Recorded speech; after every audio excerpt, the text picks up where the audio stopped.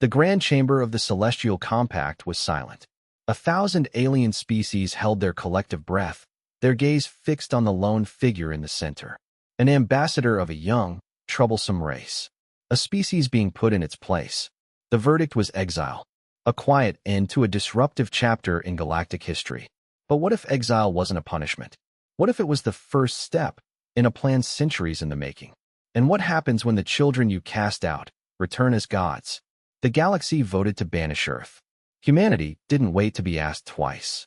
Before we begin, take a moment to subscribe and like the video. It helps us reach new worlds. Alright, let's begin the story. The giant hall was so quiet you could almost hear the slow, patient grinding of cosmic dust against the station's outer hull. Ambassador Eris Thorn of the Terran Federation stood in the accused circle, the weight of 1,000 alien stares pressing down on him like a physical force.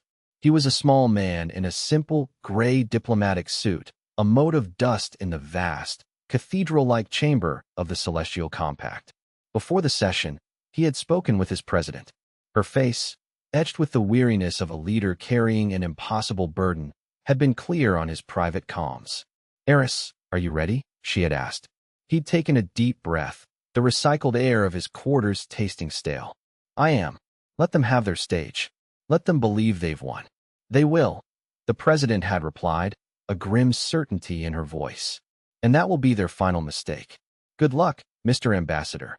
Now, standing in the center of galactic power, he felt the truth of her words. Above him, tiered platforms spiraled up into the artificial twilight of the chamber, each holding delegates from a different member species. The crystalline Methuselahs, ancient beyond measure, chimed in soft, judicial tones that vibrated in the air. The amorphous gelatinoids, beings of sentient ooze, quivered with nervous anticipation in their containment fields. The insectoid Kthar, all sharp angles and chitin, clicked their mandibles impatiently, a sound like 1,000 clocks ticking down to a final, foregone conclusion. At the apex of the spiraling chamber, on the high seat carved from a solidified neutron star, sat High Justicars Thar. He was tall and skeletal, his skin the color of polished obsidian, his 4 arms folded in a gesture of absolute, unshakable authority. His voice, when it came, was not a sound, but a psychic projection that resonated directly in the mind of every being present, cold, sharp, and final. "The final vote has been tallied," Thar projected, the thought cutting through the silence like a shard of glass. 947 civilizations have rendered their judgment. The result is unanimous. Thorn felt his heart hammer against his ribs, a frantic, primitive rhythm in this place of ancient, cold logic. He had practiced this moment in his mind 1,000 times. He would not fail his species now. He kept his face a mask of calm, respectful neutrality. He had expected this. Humanity had planned for this. "The charges against the Terran Federation are severe," the High Justicar continued, his mental voice devoid of any emotion, a judge reading a simple list of facts. "Charge 1. Excessive aggression and territorial disputes. Your unsanctioned expansion into the Kepler 186 system was in direct violation of the 5th-century colonial moratorium placed on young species. We have witnessed testimony from Kthar merchants who were aggressively outcompeted for asteroid mining rights. Charge 2.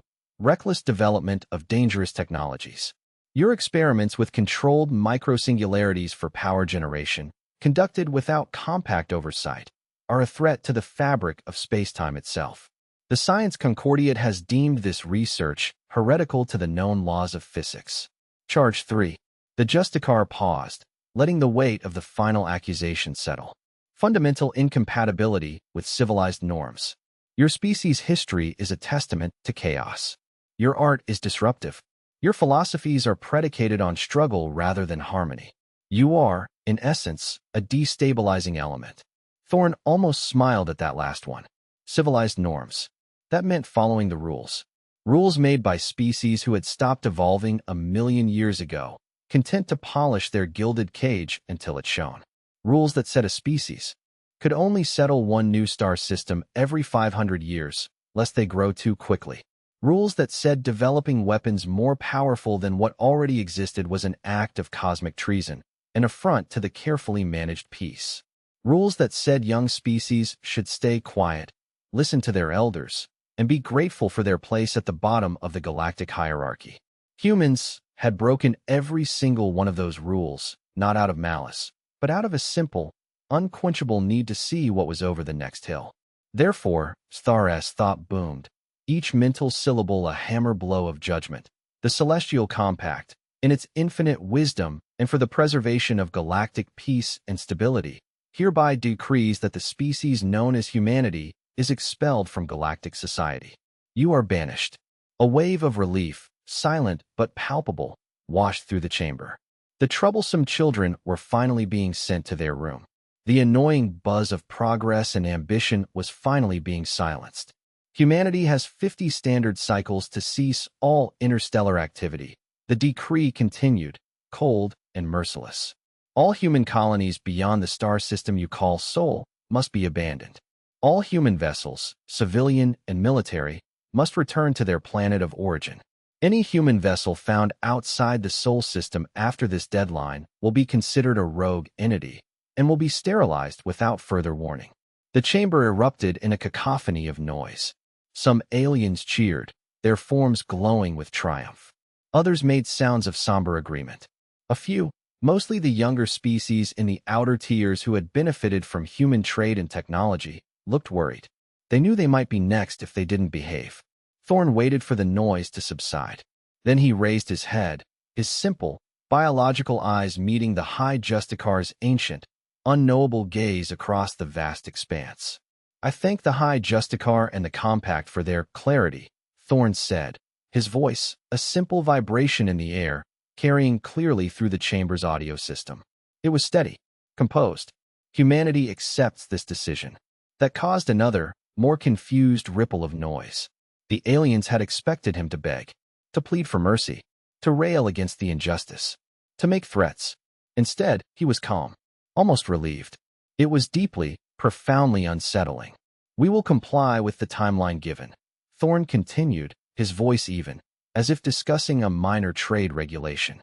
50 cycles is more than enough time.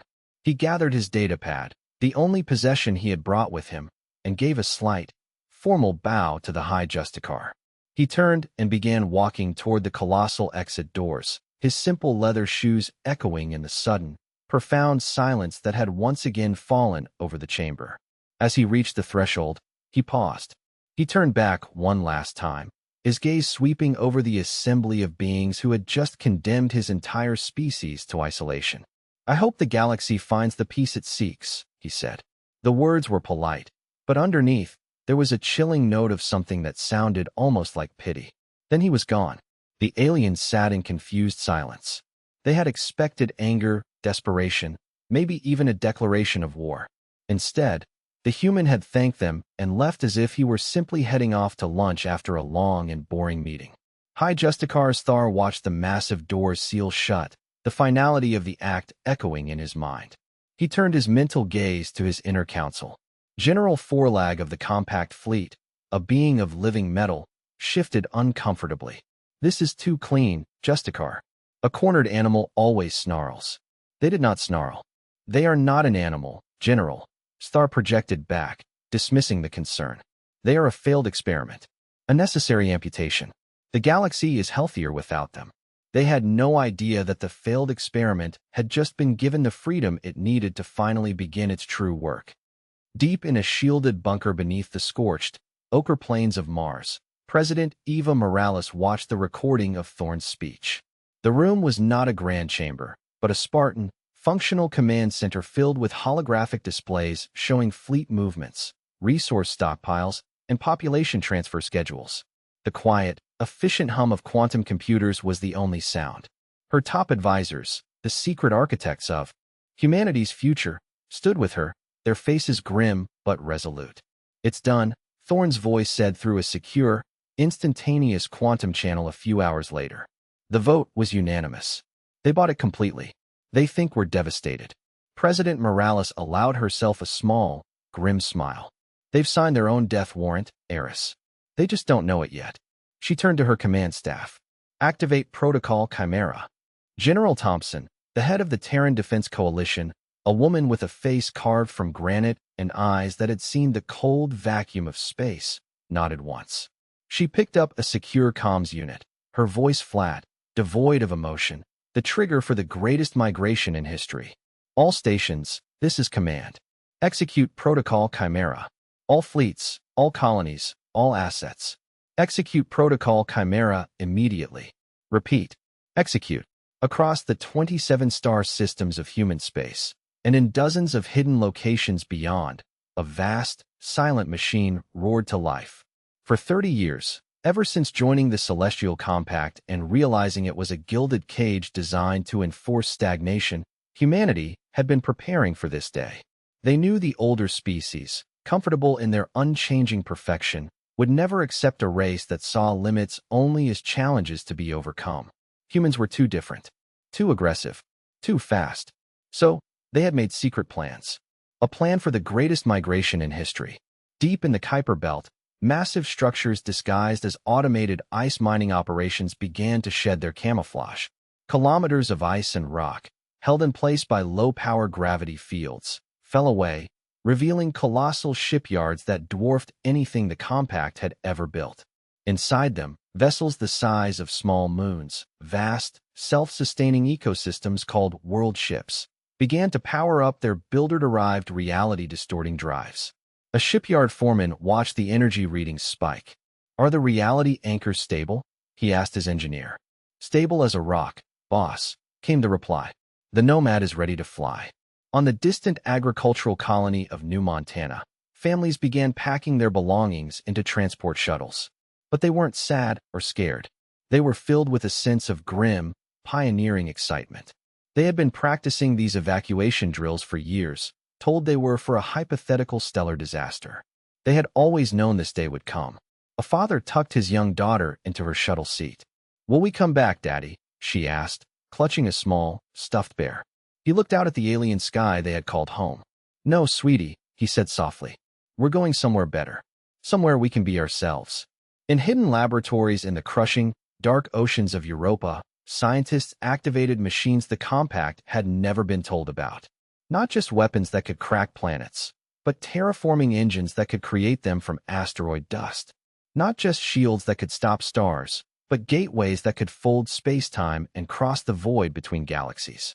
And in a single, hyper-advanced stealth ship, the Pathfinder, hiding in a dwarf galaxy a million light-years away, a human operative delivered a simple, coded message to an alien species the Compact didn't even know existed.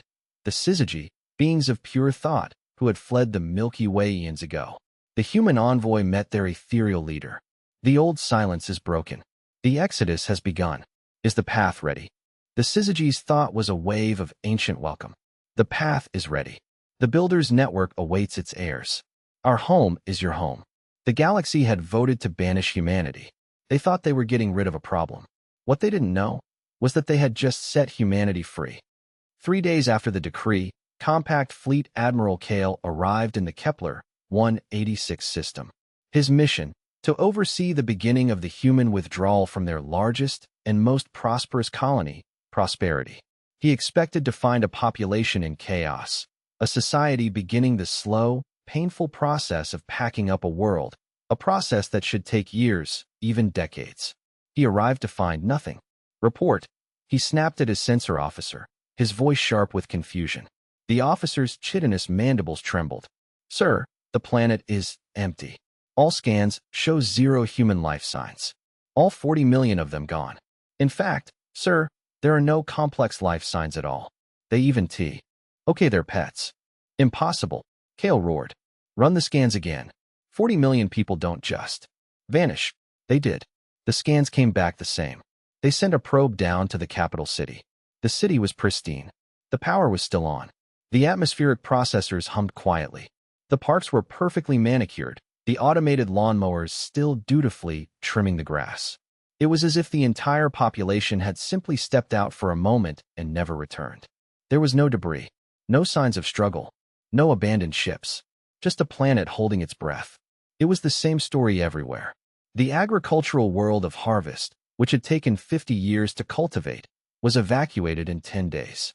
The orbital research stations in the Tau Ceti system shut down and vanished overnight, leaving behind meticulously cleaned laboratories. The deep space mining outposts simply stopped responding to hails, and when patrol ships arrived, they found only cold, silent, and empty structures, their resource bins full and waiting for a pickup that would never come. The compact had expected the evacuation to be a slow, painful, decade-long affair. They had prepared for riots, resistance, sabotage. Instead, it was like watching a magic trick, a planetary-scale sleight of hand. One moment they were there. The next, they were gone. High Justicar's Thar himself, deeply unsettled by the reports, traveled to the human colony of Elysium, a famed resort world.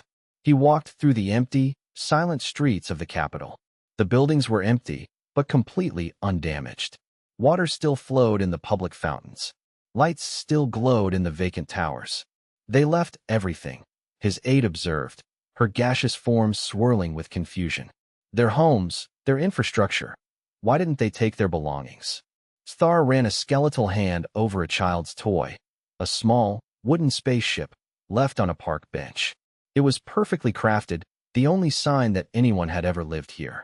Because, he projected slowly, a cold knot of dread forming in his ancient mind, they didn't need them anymore. They have something better where they're going. That was what worried him most. The humans hadn't acted like refugees fleeing their homes. They had acted like a people moving to a better neighborhood, leaving their old, worn-out furniture behind for the new tenants. Back on Earth, the final evacuation was nearly complete. The last of the colossal world ships, the Nomad, hung in high orbit, its docking bays swallowing the final wave of transport shuttles. President Morales stood on the bridge, watching the final reports. "Final count, General," she asked. 99.9% evacuation complete, General Thompson replied. "Only the automated caretaker systems remain. All 43 billion human souls are accounted for across the Nomad flotilla." Morales nodded. In just 6 weeks, they had moved their entire civilization. The galaxy thought it was impossible. They were still trying to figure out how a single colony had vanished so quickly.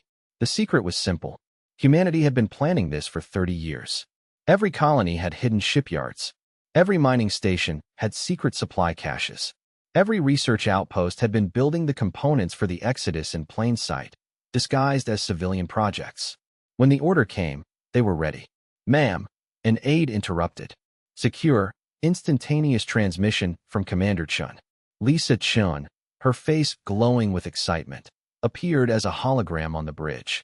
She was calling from the bridge of the Deep Space Explorer Odyssey, somewhere in the unimaginable darkness between galaxies. "Madam President," Lisa said, "the advanced fleets have reached the target zones. Our new homes, they're even better than we hoped. We've found a dozen garden worlds, all untouched, all waiting." "Any problems?" Morales asked. "None, ma'am. Our syzygy allies have been true to their word. The way stations are operational. The path is open." "What about the primary objective?" Morales asked, her voice dropping slightly. Lisa's smile got bigger, incandescent. "The archaeological teams hit the jackpot, ma'am. We found it. An intact builder gateway. It's beautiful. The technology it's like music and mathematics had a child. It's everything we hoped for. And more. The builders. The galaxy's greatest mystery. An ancient, godlike race that had built impossible structures throughout the universe and then vanished 1 billion years ago. The compact had searched for their active technology for 1 million years and found nothing but cold, dead ruins. Humans had found it in just 20 years of secret, determined exploration. "Estimated timeline for Phase 2? Morales asked. "Give us 200 years, ma'am," Lisa replied, her eyes shining with the promise of discovery. "We need to learn, to adapt, to grow into what the builders left for us. But once we master their network, we can go anywhere." Instantly, Morales nodded. Phase 2, the long-term plan. Humanity wouldn't stay banished forever. They would return. But when they came back, they would not be the same species that had been voted out. The last transport shuttle docked. The Nomad's massive bay doors sealed shut. As the world ship's reality drive began to spool up, bending space-time around its colossal frame, President Morales took one last look at the beautiful blue world that had been humanity's cradle for 1 million years. Any regrets, ma'am? Her aide asked softly. Morales shook her head, her gaze fixed on the receding earth. It was our cradle, she said. But humanity has grown too big for cradles. It's time to walk among the stars as we were meant to. The ship vanished in a silent, impossible flash of non-light, following the path taken by billions of humans before it. Earth sat empty and quiet, waiting. Its automated systems would maintain its parks and power its lights for 1,000 years, a perfect, beautiful, and utterly empty museum. The galaxy celebrated humanity's departure. The compact congratulated itself on solving a difficult problem peacefully. They had no idea what they had actually done. They had no idea that the real story was just beginning. 200 years passed. In the celestial compact, nothing changed. The same species debated the same trivial issues. The same ancient traditions governed a galaxy that had grown peaceful, prosperous, and utterly stagnant. Humanity became a legend, a myth, a cautionary tale told to young species about the dangers of unchecked ambition. A footnote in history. That changed on a Tuesday. Every deep space sensor array in the galaxy detected the same impossible reading at the exact same moment. On the compact monitoring station Eternal Vigil, Captain Vors felt his 3 hearts skip a beat and then stop. Report, he bellowed, his voice choked with disbelief. His sensor operator was staring at his console, his eye stalks quivering. Sir, I'm reading massive energy signatures approaching from the galactic rim.